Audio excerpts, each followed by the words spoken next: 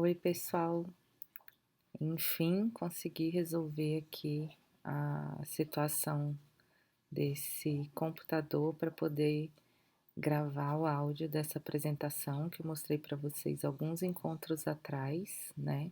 E que não fazia muito sentido eu enviar sem o áudio, acho que ia ficar um pouco fora do contexto, né? Mas que foi uma apresentação assim que eu achei que merecia a gente retomar, porque eu acho que tanto ela pode ser útil para a gente pensar inicialmente, né, no que vai pesquisar, como também pode ser um exercício interessante para as partes do nosso trabalho, né? Bom,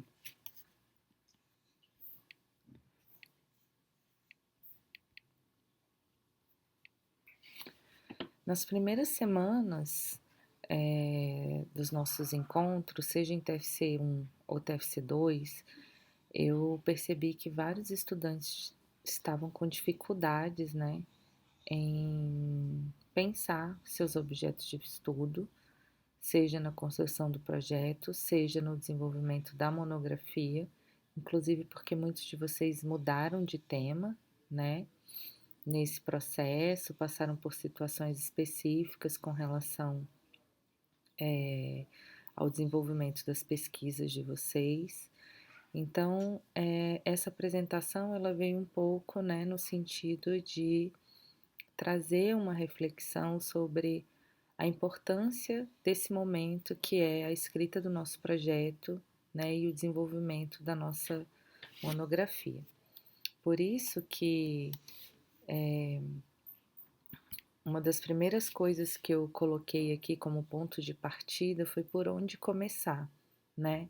E aí eu convido vocês a pensarem junto comigo, não só por onde começar o meu projeto ou por onde começar a minha monografia, mas assim, a se propor que cada parte do nosso trabalho pode ser um começo, né? Então, se você já definiu o seu objeto de estudo, se você já tem um projeto bem desenvolvido e agora está escrevendo os capítulos, né? Então, eu acho que não fica fora do tom a gente fazer essa pergunta, por onde começar. E o que eu falei na aula, e isso foi principalmente em TFC1, mas como eu falei, eu estou compartilhando essa apresentação também com a turma de TFC2, né? Então, a primeira coisa que eu coloquei para a turma pensar foi que todo mundo que chegou em TFC1 ou em TFC2 já andou bastante no curso, né? Então, já teve a oportunidade de conhecer colegas, professores, professoras, pesquisadores e pesquisadoras de outras instituições, diferentes autores e autoras, né? E certamente pôde se inspirar, se sentiu motivado ou motivada a pesquisar um determinado tema, né?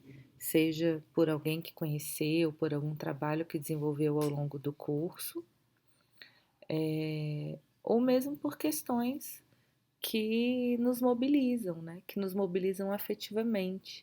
E afetivamente no sentido de nos afetam, né? De questões que nos afetam. Então, quando a gente pensa, né, que a gente vai passar um tempo pesquisando um determinado assunto, é muito bacana que a gente possa, né, dedicar esse tempo a algo que realmente nos mobiliza, né, que faz com que a gente veja um sentido nesse percurso, né, que a gente encontre esse caminho. E às vezes o caminho tem a ver, por exemplo, com a nossa própria história. Então, por isso que eu fiquei pensando muito, né? Nesse começo, uma primeira coisa para a gente pensar é o que nos inspira. E aí, uma outra questão, né, e que eu brinquei chamando de desafio, né, é que eu tenho como prática, e eu acho que isso é uma coisa bacana de se compartilhar, como é que são os nossos processos de escrita, né? O que que a gente faz, como a gente se organiza, né? E eu acho que tem vários modos diferentes. Tem gente que precisa fazer um conjunto de leituras, né, para poder se organizar. Tem gente que precisa organizar mesmo o seu espaço, selecionar o seu material de pesquisa. Mas muitas vezes, quando a gente ainda está nessa fase de pensar o objeto de estudo, ou pensar qual é o objetivo da parte daquele nosso trabalho, né, a gente precisa principalmente organizar as ideias, né? Então, às vezes a gente tem muitas ideias, a gente quer fazer muitas coisas e a gente não consegue trazer isso para o papel. Então, o que eu queria compartilhar com vocês aqui é um pouco desse exercício que eu particularmente gosto muito de fazer, que é fazer mapa mental. Então, trazendo aquela ideia inicial, né, de pensar o que nos inspira, eu propus um desafio para a turma, que é perguntar se já fizeram um mapa mental e desafiar vocês a desenvolverem esses mapas mentais, seja no âmbito da disciplina de TFC1 para pensar, né, e delimitar o seu tema para encontrar o seu problema de pesquisa, né, encontrar suas perguntas, os seus caminhos, suas referências, seja para organizar, por exemplo, as partes da sua monografia, né? Então, se você quer tratar de um assunto específico, de um tema específico naquele capítulo, é interessante você pensar, então, qual é a ideia principal, quais são as ramificações, como isso se relaciona com o capítulo seguinte ou com o capítulo anterior, né? Mas nessa relação entre a inspiração e o mapa mental, a primeira coisa que eu trouxe aqui nesse desafio, né, no centro da página, foi essa lâmpada representando a ideia. Então, às vezes, né, a gente tem uma ideia do que a gente quer fazer, a gente tem assim, né, um insight e a gente se empolga e fala, nossa, é por aqui. E isso se torna a nossa inspiração. No outro momento, a gente pode fazer mesmo uma escolha assim bem reflexiva sobre o que nós vamos pesquisar, né? A partir de um trabalho que nós já fizemos, né? A partir de uma experiência de iniciação científica, a partir de algo de um trabalho de uma professora ou de um professor que você já conhece, né? Então, assim, onde você vai ter uma série de variáveis que vão te levando para essa questão, para esse problema de pesquisa. Ou ainda, esse tema ele pode ser algo que é muito contemporâneo, né? Algo que esteja muito relacionado ao que está acontecendo nesse momento, e aí você percebe como um campo de pesquisa interessante, né, para trazer contribuições aí. Então, agora, por exemplo, a gente está vendo várias pessoas pensando o ensino remoto, pensando uma série de coisas relacionadas à pandemia, por exemplo. Né? Então, a gente se inspira por aquilo que está acontecendo naquele momento e que nos afeta também. E há também aquilo que é o que a gente gosta, né? E que eu penso que o bacana é quando a gente consegue reunir tudo isso, né? Uma grande ideia, algo que tem a ver com a nossa trajetória, né? Que possa ter um diálogo com o contemporâneo, né? Mas aí eu pergunto, para a gente fazer o desafio, né, desse desenho. Qual que é a sua ideia? O que que te inspira? O que que você quer responder com a sua pesquisa? Então, assim, seja lá o que vocês escolherem desenhar no centro da sua página, do seu mapa, para representar essa ideia central, esse tema central, eu acho que essas perguntas são perguntas importantes para a gente tentar tornar um pouco mais concreto e um pouco mais organizado aquilo que às vezes está na nossa cabeça e que a gente não consegue organizar no exercício da escrita. E aí o mapa mental ele é uma ferramenta muito útil para a gente conseguir fazer isso, né? Para a gente organizar as ideias e transmitir essas ideias através de uma escrita sistematizada, né, científica, no caso do desenvolvimento do projeto, para que a gente possa realmente ter um mapa, né, de por onde nós vamos caminhar, quem são os autores e as autoras que nós vamos dialogar, quais são as técnicas de pesquisa, né, qual é a minha perspectiva teórica, quais são as minhas hipóteses, né, seja também na organização da sua monografia, aonde você já vai ter percorrido, né, teoricamente, esse mapa elaborado, então, durante o projeto de pesquisa. O mapa mental ele pode ser feito através de aplicativos, existem vários disponíveis na internet, mas também pode ser feito à mão, né, com desenhos, usando cores, usando categorias, e não precisa ser um mapa bonitinho, né, super bem desenhado, com técnicas de design, né? Nem todo mundo domina isso. Mas só o fato da gente colocar essas ideias no papel, separar, perceber quais são as ligações que tem entre elas, já é bastante útil. E a gente pode usar o mapa em diferentes fases do projeto, como eu já falei, ou da monografia. Então, o mapa ele pode ser um ponto de partida para a gente pensar o nosso objeto de estudo, né? Para a gente fazer esse exercício de delimitação do tema, né? De compreensão realmente de quais são os elementos, né? Que compõem esse objeto e que constituem esse problema. Pode ser também um modo da gente organizar a nossa literatura, então, a depender do conceito ou da categoria que a gente vai escolher utilizar no nosso trabalho, a gente pode fazer um mapa, né, demonstrando qual é a relação entre determinados autores e autoras, né, no desenvolvimento daquela categoria ou daquele conceito. Pode ser utilizado para organizar cada capítulo. Eu acho que isso é muito importante para quem está fazendo monografia, porque um dos exercícios mais difíceis que a gente tem, né, nesse processo da escrita é justamente dividir essas partes de modo que elas não estejam completamente separadas umas das outras, né? De modo que elas tenham uma ligação entre elas. Então, que tenha um link entre o final de um capítulo e o início de outro. Então, o mapa pode ser muito útil para fazer esse exercício, para você entender, bom, se eu vou terminar nesse ponto, por que que eu vou iniciar o próximo capítulo? O que que eu vou fazer, né?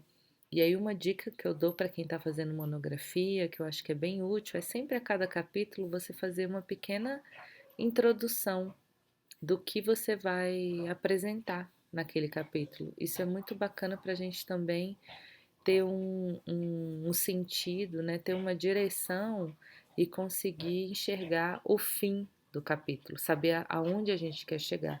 Porque muitas vezes a gente tem dificuldade para fechar o texto, né? E com o mapa mental, a gente torna tudo isso visível, né? Aquilo que às vezes no mundo das ideias, como abstração, pode parecer um caos, né? E dificulta muitas vezes que a gente possa de fato começar a escrever. E aí, para facilitar o nosso caminho nesse sentido, então, desse desafio, que seria o tema dessa aula, colocando a minha ideia no papel. A gente pode fazer isso a partir da nossa história, inspirações, né? E colocar no centro do nosso mapa, como eu tinha colocado no slide anterior, eu quero estudar tal coisa, né? Eu quero pesquisar tal coisa. Então, o centro do mapa, no primeiro momento, ele deve ser desenhado, escrito, representado com essa primeira ideia, né? Então, para quem está fazendo projeto de pesquisa, principalmente, coloque no centro do seu mapa o tema geral, né? Sem muita preocupação se você vai ter que fazer um outro mapa, se você vai ter que fazer um novo desenho, né? Eu acho que a gente precisa constituir uma relação um pouco diferente com os nossos rascunhos, né? entender que isso também faz parte do processo, começar a retornar, né, observar aquele material que está sendo produzido ali. E o primeiro trabalho de lapidação desse tema é que vai possibilitar que a gente possa, entendendo as ramificações desse tema, fazer uma primeira delimitação, né? Então, digamos, para quem está na licenciatura, não, eu quero trabalhar com o ensino remoto, né, durante a pandemia, vamos dar esse exemplo. E aí a gente tem uma série de coisas que podem ser trabalhadas a partir desse tema geral. Então, eu posso pensar o ensino remoto na educação superior, a gente pode pensar como as escolas públicas estão fazendo isso, a gente pode pensar como outros espaços de educação não formal estão trabalhando remotamente, né? A gente pode pensar isso a partir das próprias políticas e decisões dos conselhos de educação. E quando a gente vê todo esse universo, é que a gente consegue de fato enxergar por onde a gente quer caminhar. Então, esse é um processo muito interessante, inclusive para guardar as nossas ideias para futuros desdobramentos da nossa pesquisa, né? Muitas vezes, quando a gente está terminando monografia, dissertação, tese, a gente sempre aponta alguns campos possíveis de novas pesquisas na área. Então, é legal a gente ter essa visão também desse tema mais amplificado e as diferentes possibilidades que a gente poderia ter aí. Eu coloquei aqui na apresentação como exemplo, né, o fenômeno da evasão. Então, eu posso estar interessada em estudar evasão escolar no ensino fundamental, e aí, delimitando um pouco mais, eu posso pensar na evasão escolar no ensino fundamental, no período da quarentena decorrente da pandemia, né, e continuando nesse exercício, eu posso pensar a cidade, eu posso pensar em um tipo de escola pública, privada, ensino superior, né? Então tem uma série de variáveis aí que podem me ajudar a delimitar esse tema. E um dos textos que a gente leu foi o texto do Richardson, de um livro que chama Pesquisa Social.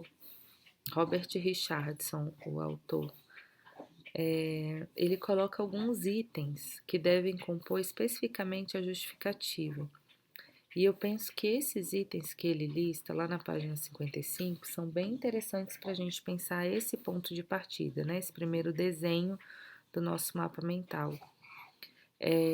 Um deles é como foi escolhido o fenômeno para ser pesquisado e como surgiu o problema, né? Então, ainda dialoga um pouco com essas nossas inspirações, né? De onde veio isso? A gente cursou uma disciplina, a gente vivenciou uma história, a gente conheceu o trabalho de alguém, por que que isso nos chamou a atenção, né? E aí você vai chegar também nas razões, né, nos elementos que garantem, né, que esse estudo seja realizado, que mostrem a relevância desse fenômeno para que ele possa ser, então, um objeto de estudo. Qual é a relação desse problema com o contexto social, né? Qual é a relevância da nossa pesquisa? E aí isso pode estar tanto relacionado com o campo, né? Com a realidade contemporânea, social, com questões que nos afligem, como também com questões teóricas, né? Que vão avançar determinados conceitos. Uma outra coisa, esse estudo é viável? Então, eu posso me propor a fazer uma pesquisa numa escola agora, uma pesquisa que necessita ser feita presencialmente? Não tem como, né? Não é viável. Ou eu posso me propor a fazer uma pesquisa em outra cidade se eu não tenho recursos para ir até lá. Então, assim, essa viabilidade ela tem a ver com o tempo, né? Com o cronograma, né, com o nível da pesquisa, então se é em nível de graduação, se é em nível de mestrado. Então, a viabilidade de um modo geral para que a pesquisa possa de fato ser executada, mesmo quando a gente está falando de projeto, né? Então, a justificativa ela tem essas, além disso que eu falei, né, as minhas experiências com relação ao fenômeno e a formulação do problema, além das contribuições do trabalho. Acho que são pontos bem importantes aí para a gente pensar essa justificativa no caso do projeto. No caso da monografia, esses elementos, eles geralmente eles estão presentes na introdução, né? Que é comum que a gente deixe para fazer a introdução no final, embora tenha alguns autores e algumas autoras que às vezes questionam isso. Tem gente que precisa ter uma introdução ou pelo menos um desenho, né? O que eu gosto de fazer como prática é sugerir um sumário ampliado, né? Onde você vai pensar, ainda que provisoriamente, as partes da sua monografia ou as partes do seu projeto, mas principalmente quando a gente já fala assim de um artigo ou de um trabalho mais na forma de relatório, né? Como é a monografia, a gente pensa quais são as partes desse trabalho e o que eu quero demonstrar em cada parte. E muitas vezes essa parte introdutória ela é importante para que a gente entre em contato um pouco em como a gente está pensando esse caminho aí, que a gente vai desenvolver ao longo da escrita. Então, essa parte da justificativa, que em geral todo mundo tem que fazer no seu projeto, ela pode ser inserida na monografia nessa parte inicial da introdução, porque na monografia já não tem mais sentido ter um item específico de apresentação ou justificativa, né? Mas na introdução do trabalho, você vai incluir, né, um pouco essas características, esses elementos, esses apontamentos que eles integram principalmente o projeto de pesquisa para você demonstrar para quem está lendo seu trabalho qual foi o caminho que você escolheu percorrer, por que escolheu percorrer e aonde você queria chegar, para que você possa então de fato apresentar a sua monografia, os capítulos, né? Bom, então aqui eu estou mostrando mais ou menos aqui um exemplo de um mapa, onde a gente tem aqui no meio uma caixinha escrito tema delimitado ou problema de pesquisa, né? Então, se for um problema, você já pode colocar em forma de pergunta, né? Para já ficar mais fácil você ter um pouco mais de compreensão daquilo que você pretende responder. E aqui eu coloquei alguns elementos, né? Objetivo, metodologia, viabilidade, justificativa. Aí eu coloquei em azulzinho relacionando com esse outro os objetivos específicos, que em geral são aquelas outras perguntas que a gente precisa responder para que a gente possa chegar e alcançar aqui o nosso objetivo geral. Né? Quais são as minhas hipóteses, ou seja, quais as respostas eu suponho que eu posso encontrar, né? Que não precisa ser um campo específico, um ponto, né? Um item tópico do seu projeto, mas que como texto, né? Como pressuposição precisa estar presente, né? Na sua escrita. Quais são os conceitos, as categorias, as autoras, os autores que eu estou lendo? Então, aqui na justificativa, né, minha experiência, razões para o estudo, relação com o contexto social, eu fui um pouco tentando relacionar aqui as cores. Então, por exemplo, prazo, recurso disponível, tem a ver com responder à viabilidade, né? Então, esse seria um exemplo de mapa, e a partir desse vocês poderiam colocar, enfim, inúmeros caminhos, né? Então, você pode, por exemplo, colocar a sua justificativa aqui no centro. E a partir disso você falar, não, minha justificativa vai ser construída a partir de tais elementos e fazer o seu próprio mapa especificamente da justificativa ou especialmente dos seus referenciais bibliográficos, né? Então aqui cada parte do projeto, monografia ou capítulo pode ser, por exemplo, dividido em cores para facilitar a execução do trabalho. Eu gosto bastante de dividir as coisas em cores, eu tenho essa necessidade, né, de visualizar esse material escrito. E a gente tem vários recursos hoje via digital para fazer isso, mas eu ainda prefiro fazer isso na mão. Para cada uma dessas ramificações, pode ser feito um novo mapa, como eu já coloquei, uma lista de tarefas associadas a cada uma das partes. Então, por exemplo, aqui eu coloquei os quadrinhos, né, indicando um pouco as cores e uma lista de tarefas, algumas perguntas, né, algumas características que seriam relacionadas a esses campos aí. Então, por exemplo, prazos. Tarefas com indicação de prazo, relação com os demais itens do mapa, cronograma por etapas, prazo final determinado, né? Seriam alguns elementos aqui. E por último, mantenha o mapa em um local visível, de fácil acesso, para que vocês possam, né, consultar esse mapa sempre que necessário, né?